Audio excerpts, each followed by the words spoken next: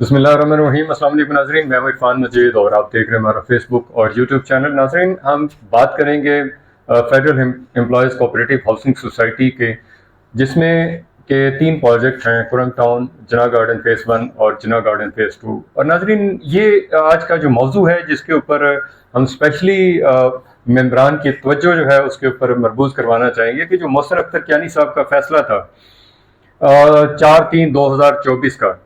नाजरीन, इसके अंदर बहुत सारी चीज़ें थी जिसको हमने वक्तन फ़ौक्तन डिस्कस किया, लेकिन एक बात जिसके ऊपर आज हम बात करेंगे वो था कि सोसाइटी की जो ट्रांसफ़र थी, सोसाइटी के जो अलॉटमेंट लेटर थी या ट्रांसफ़र का जो सिलसिला था, साथ जो पोजीशन का सिलसिला था, वो सारा रोक दिया गया।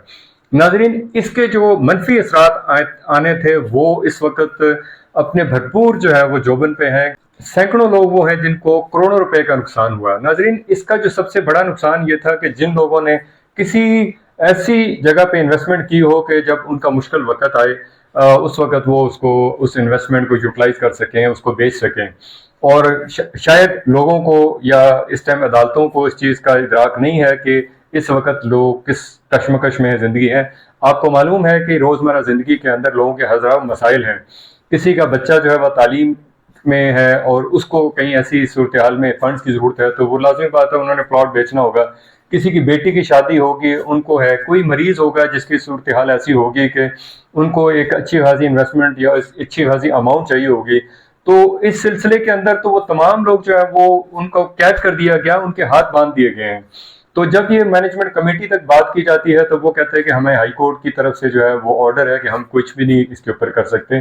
जो पिछला फैसला था 21/5/2024 का, जिसके अंदर एक एक एक पॉइंट दिया गया था कि कोऑपरेटिव सेक्रेटरी जो हैं उनको एलिजिबल करार दिया गया कि उनकी कंसेंशन से डीजी कोऑपरेटिव साहिबा ने आज तकरीबन 10 से 15 दिन हो गए हैं, उसके ऊपर कोई खास एक्शन नहीं लिया। लेकिन मेरी मालूमात के हिसाब से तकरीबन दर्जनों के हिसाब से नहीं, सैकड़ों के हिसाब से लोगों ने एप्लीकेशन दी है कि वो इस सूरत हाल में फंसे हुए हैं, वो अपना प्लॉट जो है वो सेल करना चाह रहे हैं। लेकिन डीसी साहिबा ने अभी तक इसके ऊपर कोई भी अपनी राय नहीं दी, ना ही उन्होंने कोई ऑर्डर दिया है। हालांकि मोहसिन अख्तर कियानी साहब ने इसके ऊपर जोर दिया था कि अगर कोऑपरेटिव सेक्रेटरी साहिबा इसको अलाउ करेंगी तो हमें भी इस पे फिर कोई मसाइल नहीं होंगे। कोऑपरेटिव सेक्रेटरी साहिबा को चाहिए था कि इस मसले को मेंबरान की मुशावरत और मैनेजमेंट कमेटी और जो इसके अंदर मेन रोल है जिन लोगों का, उसके साथ एक मीटिंग करती और इसको अलाउ करना चाहिए। अगर ये कोर्ट कचहरियों के अंदर जो मामला चले गए हैं ये किस तरह प्रोलॉन्ग होते जा रहे हैं, कोर्ट कचहरियों का मामला तो आपको अपने मुल्क के अंदर आपको मालूम है कि इंसाफ जो है वो किस तरह कोर्ट कचहरी में लिया जाता है। यही सिलसिला जो था, जैसे बहुत सारे लोग जो थे वो कोर्ट में चले गए, उनकी कोर्ट के जाने की वजह से ये मामला जो है लिंगर ऑन होते रहे। कुछ एक हमारे दोस्त थे, वो 2021 के अंदर कोई इरादा कर लिया था कि जो ये 100 लोग हैं वो इंशाल्लाह उनको प्लॉट दे दिए जाएंगे। लेकिन जो मौजूदा मैनेजमेंट कमेटी है, जब ये लोग अपने इक़्तिदार में आए, जब इन्होंने ऑफिस सीट्स को संभाला, तो उस वक्त एक और ग्रुप था जो सीनियरिटी लिस्ट के ऊपर हाई कोर्ट में चला गया, उन्होंने इसके ऊपर ऑर्डर ले लिया। फिर दूसरा जो पहला ग्रुप था उन्होंने कॉन्ट्रैक्ट में चले गए और ये सिलसिला चलते चलते आज हम 2024 जून में खड़े हैं, लेकिन हमारे मामला स्टिल वहीं के वहीं खड़े हैं। नाजरीन, मेरी ये अपनी जाती राय है और मैंने बहुत सारी सोसाइटियों के मामला को देखा है जो कोर्ट कचहरी में चले जाते हैं वो, और खास तौर पर जब उनकी डायरेक्शन को जो है कोर्ट कचहरी की डायरेक्शन जो है वो FIA नैब की तरफ हो जाती है तो वो सोसाइटियां बर्बाद हो जाती है। इसमें बहुत सारी सोसाइटियां हम इंशाल्लाह उसके ऊपर भी हम आपको उसके बारे में पूरी रिपोर्ट देंगे कि किस तरह वो सोसाइटियां तबाह बर्बाद हो। तो नाजरीन, ये एक अच्छी बात नहीं थी कि जिसके ऊपर जो है हाई कोर्ट या सुप्रीम कोर्ट की तरफ लोग जाएं और ये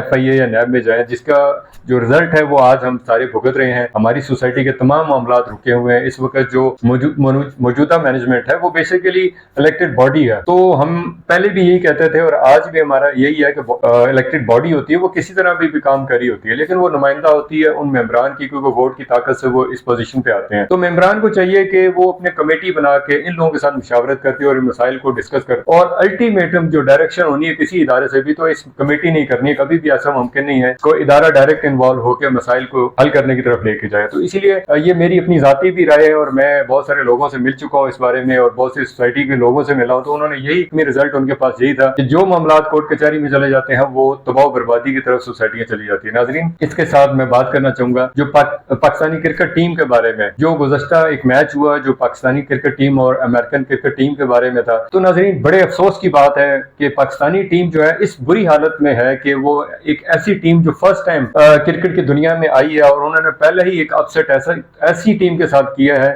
جو ٹاپ آف دا ورلڈ جو ہے اور 92 ورلڈ کپ کی چیمپئن جو ٹیم ہے ان کے ساتھ ایک ایسا جو ہے وہ انسیڈنٹ ہوا. تو ناظرین اس کے اوپر مجھے سمجھ نہیں آ رہی کہ یہ کوئی سیاست ہے یا یہ وہی امریکن غلامی ہے کہ ہماری ٹیم کو اس حد تک غلام کر دیا گیا ہے کہ وہ امریکن ٹیم کے سامنے بھی کھڑی نہیں ہو سکتی. اس میں محسن اختر نقوی صاحب کی بھی پوری ذمہ داری ہے کہ انہوں نے اگر اس چیلنج کو لیا تھا کہ اس ٹیم کو آگے لے کے جائیں گے تو T20 ورلڈ کپ کے اندر ٹیم کی بہت بڑی ذمہ داری ہوتی ہے اور جو چیئرمین ہوتے ہیں ان کی بہت بڑی ذمہ داری ہوتی ہے. اگر ان کا یہ رویہ یا ان کے پاس اتنی بڑی ذمہ داری ان سے نہیں سنبھالی جاتی تو یہ کسی پریکٹیکل بندے کو دینا چاہیے جو اس شعبے سے ہو, جس کو کرکٹ کے بارے میں معلوم ہو, جو کرکٹ کو جانتا ہو, جس کا کرکٹ کے اندر ایکسپیرینس ہو. تو یہ ذمہ داری ان لوگوں کے بنتی ہے. نان پروفیشنل لوگ جب بھی آتے ہیں تو یہی رزلٹ آتے ہیں. ہماری محسن نقوی صاحب سے یہ گزارش ہے کہ آپ اس کے اوپر کوئی پروفیشنل بندہ جو ہے اس کو ڈپلوائے کریں.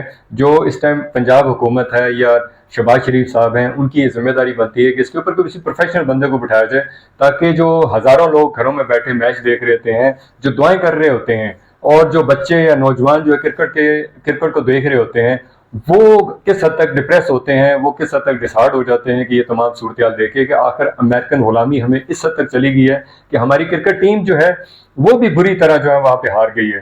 تو ہم خواہش رکھتے ہیں اور امید رکھتے ہیں کہ جو موجودہ گورنمنٹ ہے اس کے اوپر سیریس ایکشن لے. یہ قومی کھیل ہے جس کے اوپر ہم نے راج کیا ہے لیکن آج ہم بدحالی میں چلے گئے ہیں.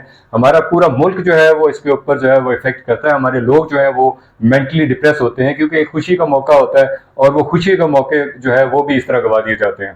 تو ہم یہ کوشش کریں گے کہ آئندہ بھی جو ہے وہ کوآپریٹو ڈپارٹمنٹ کے اوپر بھی بات کریں اور جو کرکٹ کے معاملات ہیں اس کے اوپر بھی بات کریں اور جو موجودہ صورتحال ہے ملک کی اس کے اوپر بھی ان ٹاپکس کو آپ کے سامنے لے کے اور اس کے اوپر بات کریں. اسی کے ساتھ اپنے ہوسٹ عرفان مجید کو اجازت دیجیے. اللہ تعالیٰ ہم سب کا حامی و ناصر ہو. ہمیں بھی اپنی دعا میں یاد رکھیے گا. السلام علیکم.